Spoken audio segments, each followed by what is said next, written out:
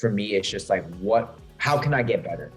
Right? How can I get that 1% better? What can I learn more? How can I, how can I take the knowledge that I have already learned and take action upon it and implement it and, apply it to all areas of my life. So I think that, I think we should all continuously learn each and every single day, because knowledge is power, and the moment you stop learning is the moment you kind of flatline and stay stagnant. So yes, absolutely.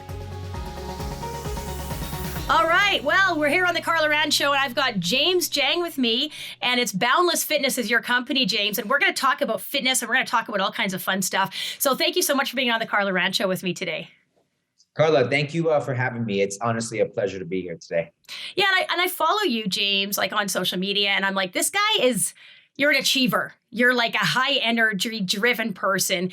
And I think a lot of fitness trainers are, especially fitness trainers that are entrepreneurs too. So it's kind of cool to connect with you, and we had a good chat, and I just learned a lot about you. So it was really interesting for me, but let's let the listeners get to know you a little bit. James, where are you from and how did you get into fitness?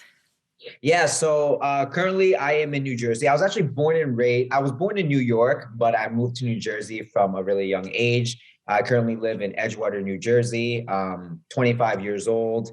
And yeah, I'm the CEO of my fitness company called Boundless Fitness. And I've been at this now it's crazy to say, Carla, I've been at this now for 8 years, because it's 2022 officially now. So nice. Yeah. Yep. Guess how long I've been at mine? I don't know. Maybe do you know how old I am? I do not. You're not old though. I'm 40. So I've been at it for 20 years. So yeah. So when you said it's long time, 8 years, I'm thinking that's not that long, but it is still a while, right? Like you got a lot of experience now. Yeah. Yes, absolutely. Yeah. I mean, I started, fitness coaching honestly as a hobby. I'll be completely blunt. It was something that I enjoyed doing, but I never thought that it was going to be something that I was going to take full time, and then one day, everything kind of just all clicked. And now it's like, I really can't imagine myself doing anything different. So it's cool how like life works out as you like grow and you learn more about yourself. Yeah. And would you describe yourself as somebody who's really anxious to learn more about yourself and really anxious to grow in every area? Every area. Yeah. Every area. I'm like every single day, like I wake up, for me, it's just like, how can I get better? Right? How can I get that 1% better? What can I learn more? How can I take the knowledge that I have already learned and take action upon it and implement it and, apply it to all areas of my life. So I think that, I think we should all continuously learn each and every single day, because knowledge is power, and the moment you stop learning is the moment you kind of flatline and stay stagnant. So yes, absolutely. Yeah, I feel the same way. It's always like, hey, what more can I learn? And then how can I apply it? Because it's one thing to know it up here, but like, are you actually doing it? I think integrity is huge, especially, well, for anybody, but when you're in the spotlight and you're like, say, a fitness coach, right? Yeah. And you're telling everybody they got to eat well, they got to be in shape, and you darn well better be doing it. You know what I mean? Like, yeah. Absolutely. And, it's funny how you mentioned that, Carla, because I see a lot of fitness coaches, and, I'm saying this in quotations, right? That sort of like, they tell their clients to do one thing, or they preach all this stuff on their social media, but then it's like behind the scenes, they're not even doing it. And I'm like, I think that's such a big problem, because it's kind of like a false, what's the word they use? It's kind of like being an imposter, So I definitely think that it's really important to practice. I guess the best way to say it is like, practice what you preach. Like if you're going to tell your clients to exercise and get their 10,000 steps in, then you better do it as well. Otherwise, you're not really, being a quote unquote good, a good coach. So yeah, definitely gotta stay on your grind as well. So how did you get into fitness? Like what got you started on that path? Yeah. So funny story. For those of you that don't know out there, you might laugh at this, but I'm a measly 5'4". Okay. So I used to be a basketball player. I love basketball. I played literally from the age of 8 until about 16. I believe it was a 16 and a half, whatever year, junior year of high school or sophomore year of high school was. I unfortunately got cut from a high school basketball team. I was devastated, Carla. Basketball was my life. Like every day I would come home from school. Never did my homework, by the way, which is why I was never good at school. I would just drop my backpack, put my basketball shoes on, have a quick snack, and then head over to a park near me. It was called Gardner Field. And I used to be there for literally 6 hours from 3 until 9, practicing every freaking day. I would, sometimes the adults wouldn't even like let me play in their games because they're like, oh, like you're too short, you're too young, you're gonna get hurt out here. You know how those egotistic sometimes adults, like especially men, they could be right at a park. So I would bring cones, I would bring my own basketball, I would set up chairs, and I would just practice dribbling drills in between layups, jump shots, and you know, it all came down to one day I went to go try out. It was actually for my first varsity tryout. I got cut literally on the first day. It was so devastating. And I was like, well, what am I going to do now? Right. I had dreams to go to the NBA. I had big dreams, or to at least play Division III college basketball minimum. Right. So then I found fitness. I signed up for my first gym. It was a local gym near me. And I went in there. I was like, if I can't play sports, I at least want to look really good with my shirt off and get a bunch of girls. I think that's why every guy, like at a teenage age, let's be real. I think that's why every guy at a teenage age wants to work out, right? And then from there, honestly, Carla, I had no plans, like I said, of like taking this and making this my lifestyle. I just did it because it made me feel good, and it made me confident, and it made me you know, develop a version of myself that I truly valued. And you know, and from there, I just kind of fell in love with working out and eating right, and, you know, all the whole lifestyle. What is it that you love about it the most? Is it the way that you look? Is it the way that you feel? Is it that you're accomplishing your goals? And so it's kind of building confidence? Is it kind of all of those things? Is there sort of one thing, James, that stands out to you why you continue doing it? Fitness affects every area of your life. And I'm a firm believer in that. Okay. The reason is because take myself for an example, somebody that got cut. I was devastated. I literally cried in my own room at my parents' house for like 3 weeks straight. Actually didn't even go to school for like the next 3 days after I found out I got cut. Like my confidence was at an all-time low. I walked around with my head down. I walked around feeling like nobody cared about me. Nobody looked at me. My relationships were going down the drain. And when I developed this discipline, okay, and these positive habits. All right, I'm going to go to the gym 3 to 4 days a week, right? Today, I'm going to work out upper body. Tomorrow, I'm going to do lower body. Today, I'm going to eat this amount of calories. I'm going to get this amount of vegetables in. I'm going to drink this amount of water. My life was so, and it still is, right? But in a different way now, but it was so regimented and disciplined that because I was able to pull through with my goals and the things that I've set out for myself, it gave me that confidence. Because there was a quote, it says, the best way to build confidence is by following through on what you promised yourself, right? And the best way to also break your confidence or you know, crash your confidence is by making, you know, promises to yourself that you can't keep. So I think that because of the fact, Carla, that I kept those promises, I was like, I'm going to go to the gym this amount of weeks. I'm going to eventually prepare for a bodybuilding physique competition. And I did all those things. And I'm like, if I could do those things, there's nothing that I can't do. And you know, that has affected every other area of my life, in business, in finances, in relationships, in family, in my social life, my network, everything. So, yeah. Yeah, I agree. I think that's why. I mean, a lot of people yes, I like the physical benefits of it, but there's nothing like the mental and emotional benefits of working out. I mean, when I was at my lowest time, like mentally, you know, where I was kind of struggling with depression and everything, I would work out sometimes 3 days a week. Like that's how I got through, you know, and it's just amazing what it does for your mind. And I mean, like it just affects every area. And I think too, like you're saying, it's so important to keep those promises to yourself. And if you find that you're struggling with keeping those promises, then maybe you just need to like reconstruct your lifestyle. Like if you get up at this time, maybe get up at a different time, maybe work out at a different time, maybe try a different program, maybe get a different coach, maybe like there's so many things that you can do. And I think a lot of people, they're sick of breaking those promises to themselves. So they just stop making promises to themselves. And I think that's also a problem. And I know I've kind of gone through that too, where it's like, gee, I just keep failing, so I'm just not even going to try, you know? Absolutely. And I see that all the time with clients. It's like, you know what, maybe I'm just not meant to lose weight.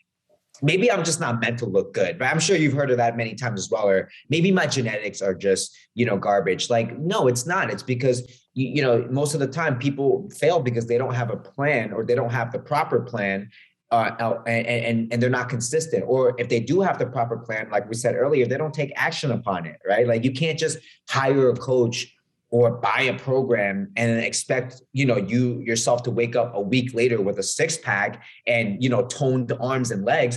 You have to put in the work and you have to remain consistent, as cliche as it sounds. So yeah, I mean, and that's why I mentioned earlier, the more often you're breaking these promises that you're making to yourself, the lower your confidence becomes, because then you start to act on these limiting beliefs. You know what?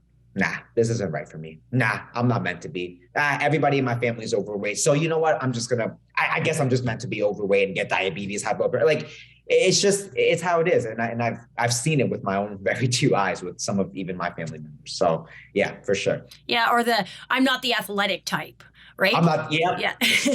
That's another one. So were you always sort of this athlete, James? Were you always fit and strong and healthy? No, not even close. So although I had started like playing basketball at a young age, I was actually very overweight. I want to say ages of 5, which is, I know it's crazy to say. It's like, you're so young at 5, right? Like you're literally like, like just a little bit over a toddler, right? But like I was very overweight. I was about 4'6". And I was like already 120 pounds by the time I got to about age 8 or 9. When I was 5, I was a little less than that, obviously. But when I was about 8 or 9, I got to that level. And it was just because I ate like absolute crap. My parents, I'm Chinese, so my parents own Chinese restaurants, and the food is amazing. Mom and Dad, if you're listening, I love you. But it's not necessarily the most nutrient dense food. It's not the most healthiest food. So just growing up around that, working in the restaurant business since I was young and eating all those foods, I packed on a lot of weight. And when I started my fitness journey, that's kind of when that weight started melting off. And I think that's also like a big part of what we just talked about, the whole confidence thing. But I actually struggled with my weight, kind of all throughout my teenage years. So did you ever get bullied about that when you were young? All the time. Fat jokes, along with, and I don't know, if how deep we want to get into this, but fat jokes and Asian jokes were what killed me in grade school. So were there very many other Chinese people your age in your school then, or were you kind of one of the few? I was like, there was probably like out of our entire school, it was probably like 2% Asians. Okay. And I was one of the 2%. So definitely not. Chinese was the lowest. I mean, there was a few Koreans and Filipinos, but Chinese, I think I was like one of like 10. So how did that affect you? Like, so when you're being bullied for your weight, do you feel like, okay, well, maybe you could do something about that? But when you're bullied for your race, like, how does that make you feel? Like, because you can't change that. It just terrible. I felt like a nobody, and it's like, another thing is like, kind of like I made a joke before, I'm 5'4". That's something I got bullied for as well. But it's like, guys, I can't do anything about my height and I can't do anything about my race. That's like literally, that's up to my parents. Literally. Yeah. I can't just jump rope or stretch, hang from a pull-up bar and magically grow 5 inches. If I could, I'd hang every single day. I'd be 6'2" one day, right? But it's just like, it made me feel terrible. And my school, it wasn't really minority friendly, to say the least. It was, the majority of the people that were in that school were Caucasians, and nothing against them. I have a lot of Caucasian friends. I'm not racist at all. I love everybody, but the African Americans, the Hispanics, and the Asians, we got hit the hardest. Every little joke you could think of, we got thrown at us. We were always the ones sitting alone at the lunch in the lunch table in the cafeteria. When kids would line up and play dodgeball. You were always like, I was always the last one to get picked, and it was that awkward, like, okay, sure, I know you're just picking me because you have to, because the teacher, like, little things like that. Or on the school bus, I always had to sit in the front because the cool kids were in the back, and they were like, oh no, you're like Chinese, you can't sit with us. I went through a lot with that. It made me feel terrible. Was there ever a time where that changed for you? Or did you just, or like, were people stop treating you that way? Or was it just, James, that you just had to get it in your head? You know what? There's some jerks out there. There's some people that are like, misinformed or whatever. And there's just Yeah. always going to be those people. Like, how have you kind of resolved that? There's always going to be those people, Carla, like you said, regardless, right? I mean, everybody's going to talk crap. Everybody's going to hate on you in one way or another. No matter, you could literally be, saving the world from world hunger, and somebody's going to have something bad to say about you. And I've unfortunately learned that the hard way.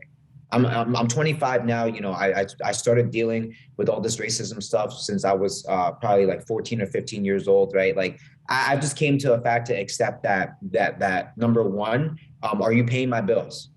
No? Okay, well, I really don't give about your opinion, right? And that's just me being blunt. Or, B, are you contributing to my happiness?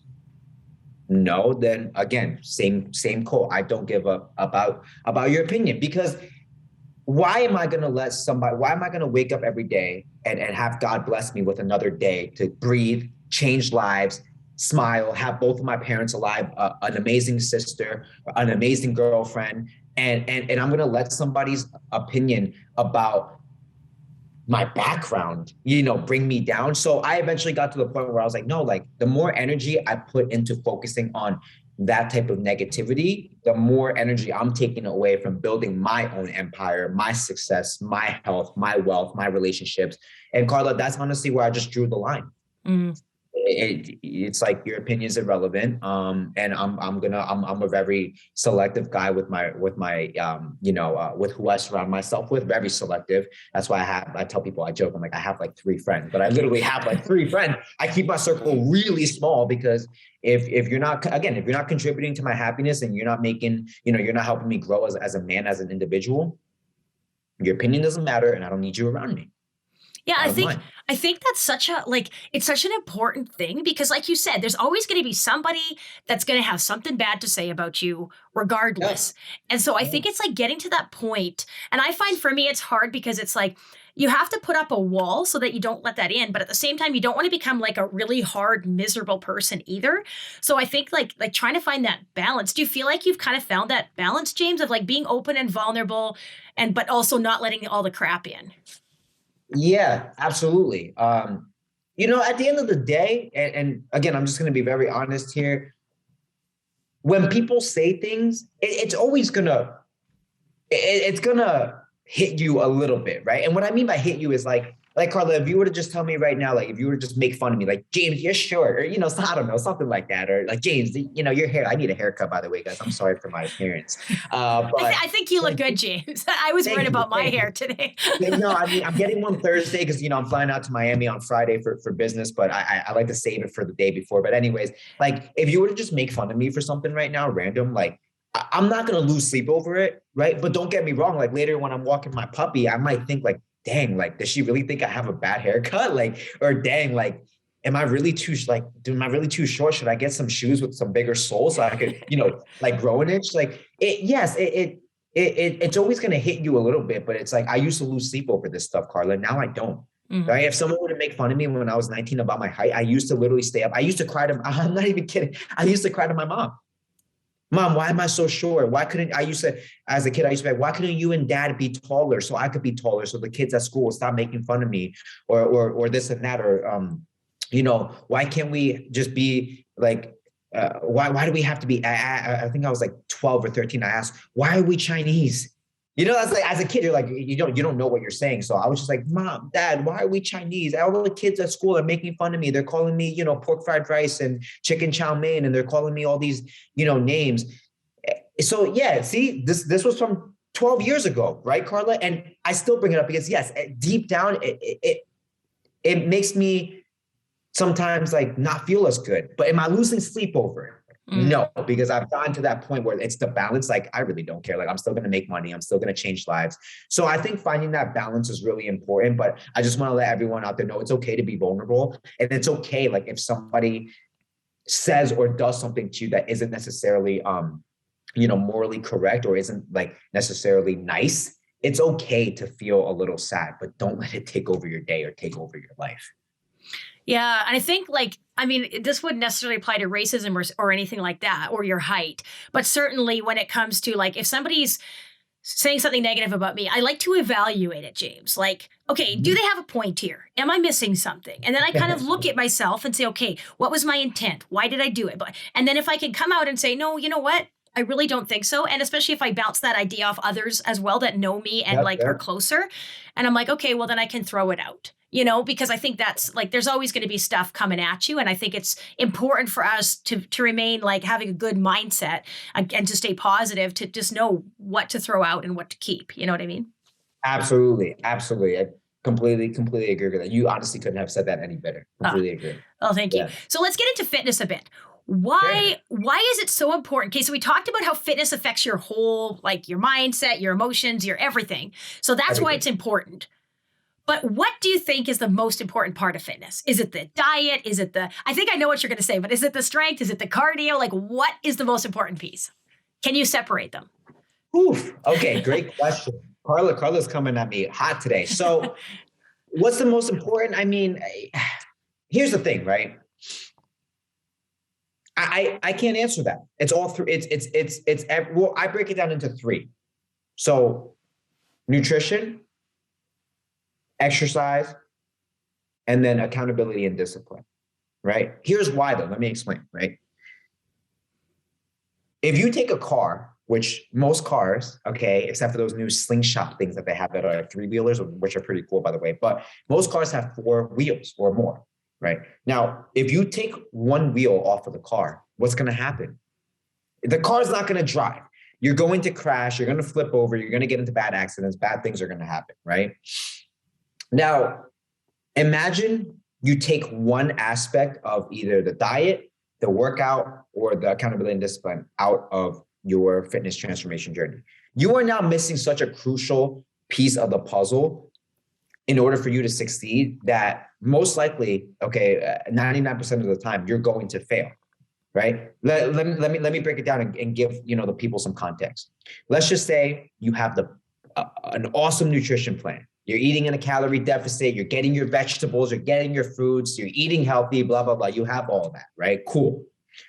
But then let's just say your workouts aren't up to par. You're only doing cardio, no strength training. You're not stretching. There's no structure with your workouts. You're literally just running on the treadmill for hours a day.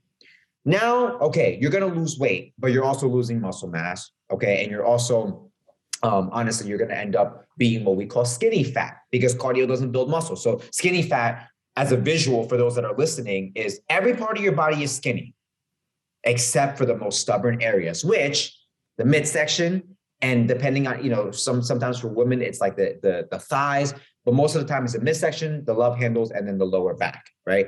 Now let's just flip it the other way around. You have a great workout plan, solid. You're weight training, you're getting your steps in, but your nutrition isn't up to par.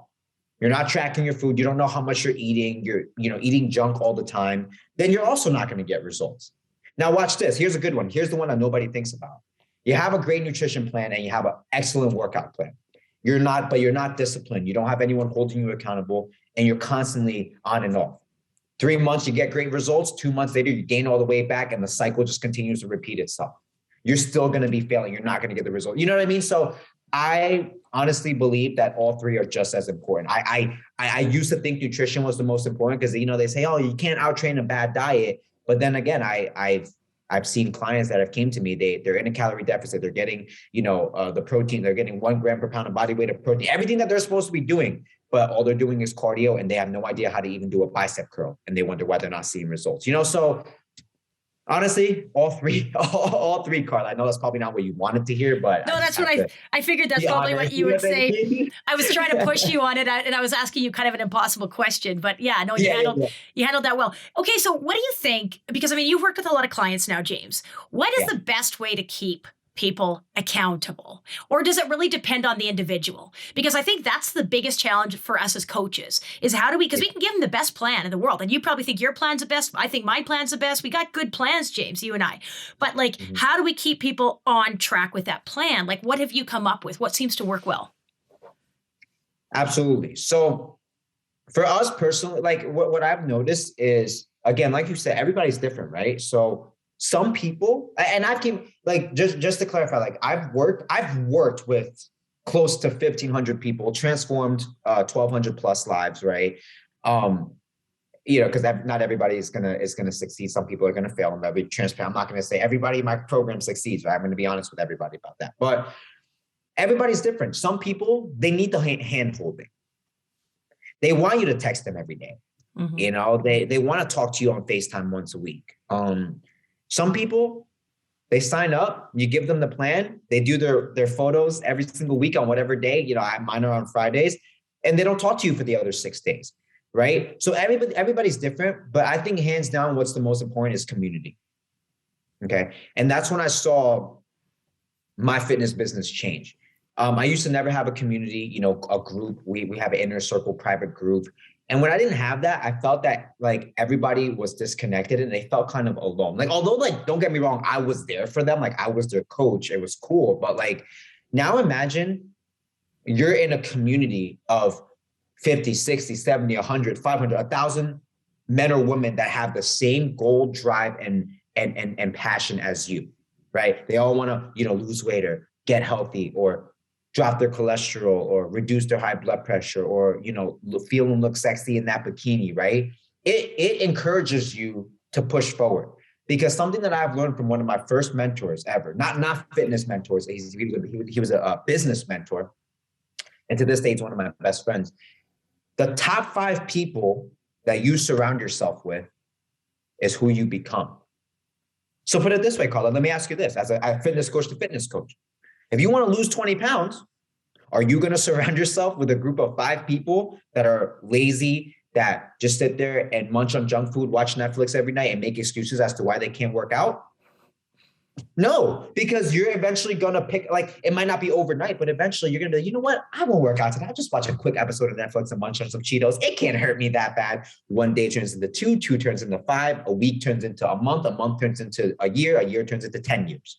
So I think that when we, first began our community and everybody was able to connect, everybody was able to inspire each other, help each other, answer each other's questions, get together for, I've held even a couple of live events here in New Jersey for my New Jersey residents and clients. We all get together, we rent out a restaurant or rent out a gym and just film a bunch of content, work out, have a good time, have a couple drinks. Like that brings everybody closer together. And I think honestly, that's so important for the accountability, purposes. Yeah, well, I'm really glad you said that, James, because community is kind of, I feel like that's Power Fitness's, I don't know, like that's what we do, right? It's about the community. And a lot of people have said that. They're like, I don't have the support at home. I don't have the support from my family or my friends, but I have the support here with Power Fitness. And it sounds like you're doing that same thing. So what else is unique to you, do you think, James? Like, how do you structure your workouts, your program that might be different than other people? Obviously, there's that community piece that's super important. Is there anything else, James? Yes. So again, and just full disclaimer, I'm not saying my program is the best or I'm better than anybody. Look, I think everybody in this industry, although the fitness industry is extremely saturated, I think everybody has a plan that's unique in their own way. But I just think that something that people don't, a lot of these coaches, and again, in quotations, they don't preach enough is sustainability, right? What's the point of losing 30 pounds if you can't trust yourself around cookies? What's the point of fitting into that bikini, right? What's the point of working your butt off for 6 months to fit into that bikini, just to fit into that bikini, and then a month later, you gain all the weight back and you don't fit into that bikini? And the point I'm trying to make here is everybody in the industry preaches fast results, drastic results. Oh my God, lose 60 pounds in 6 weeks with my magical 6-pack abs course, that I'm selling for $7.99, right? But it's like, what happens to the clients after they're done with your program? They binge, because if you're eating chicken, rice, and salads for 90 days straight, you're going to lose 30, 40 pounds. But is that sustainable for the rest of your life? Can you never eat a cookie again? Can you never touch a piece of cake again? Are you forever going to be able to avoid alcohol? The answer for most Americans is probably not. So what we do differently is, instead of taking that strict approach, we make fitness a part of our clients' lives instead of taking over our clients' lives. So that means if you don't want to meal prep, you don't have to meal prep. If you don't want to go to the gym 6 days a week, don't go to the gym 6 days a week, right? We make it realistic. I work with busy moms and dads, entrepreneurs. All I need is 3 to 4 days a week from you. And we don't, and we're not going to go to the gym and isolate muscles, chest, back, legs, right? For bodybuilders, that's great. But for the average person that wants to drop weight, our goal is to go into the gym, engage your muscles, burn as many calories as possible during that workout, and obviously focus on quality, form, and technique so that you don't injure yourself. If you can do those three things efficiently in that 45 minutes to an hour that you're in the gym, if stretching and stuff not included, but if you could do all those three things efficiently, Carla, there's no reason why you can't get results. Nutrition, no reason to eat boring, bland foods. Calorie deficit, which for those that don't know means that you're burning more calories than you're consuming on a day-to-day basis. Calorie deficit is single-handedly one of the most important factors to weight loss. So if you want to lose weight, you don't have to starve yourself or eat bland foods. You can have a burger. Does it fit into your calories? Does it fit into your macros? If it does, you're good. If it does not, then maybe you're not ready for that yet. So that's why I've had clients 4 years, 5 years ago, they finished my program. 2 years ago, they finished my program. They still hit me up to this day. James, I can't believe I still have this sexy body that I have.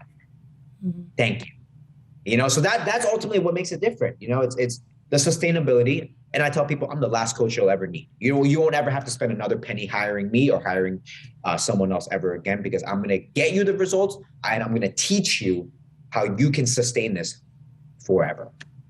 Yeah, I'm so glad you said that, because I think that's the thing. It's teaching. It's like empowering your clients so that they can do it themselves. They don't. And I think what a lot of programs, they're designed to keep the clients, I guess, like dependent, right? Absolutely. They know just enough so they can get results if they listen to their coach, but they don't know enough to actually go out on their own and do anything. So I think it's like a good coach, I think, is an educator too, Absolutely. Because it's like put it, listen, it's not bad. Like if you want to keep working with a coach, like I have some clients that they literally work with me continuously just because they want me to check in on them every week and text them, right? I have some clients where I haven't even adjusted their plan in 6 months, but it's fine because they've learned so much. They just want, those days where it's like, oh crap, James, I'm not feeling like going to the gym today. I need some words of encouragement from you. Or James, I'm so bloated today. Like, can you make me is this fat? Like, they just need that reassurance, and that's okay. But in my honest opinion, yeah, you have to be teaching your clients and showing them like, hey, after you're done with my program, if there is a case where, hey, this week you run out of sweet potato, you can replace it with white rice. And you know what? I ran out of 93 7-ground turkey this week. It's okay. You can replace it with salmon, same protein. Watch the fat content. You're struggling with binge eating late night. You remember when I told you when you first started the program, implement those things, right? Like, it's important for them to know that, because what if, God forbid, knock on wood, but this is real life. What if I die early? Again, I'm going to knock on wood really heavy because I want to live a long time. But what if I pass away early? Then what? Then you're going to hire another coach again, pay thousands of dollars just to learn, so that's why teaching and not just telling them, right? But teaching them is so important. Mm-hmm. So important in their journey. Yeah. And I think clients appreciate that. Like, I know I appreciate that when I can get a coach that is really going to teach me, so that when I'm done with them, I feel like I'm good. Like I totally got this, rather than like, okay, what am I supposed to do again? Or how do I do this? Or, I know like there's a lot of programs out there where they do point systems and stuff. So nobody really understands like their macros, their calories. They just understand these points. And I don't think that's definitely not helpful in the long run. Right. So. No, yeah, you can't track your point. It's just not convenient. Yeah, definitely not. Definitely not. So if somebody wants to find you, James, because they like this, they like, they kind of resonate with you right now, and they kind of want to check out your programs, where would they go?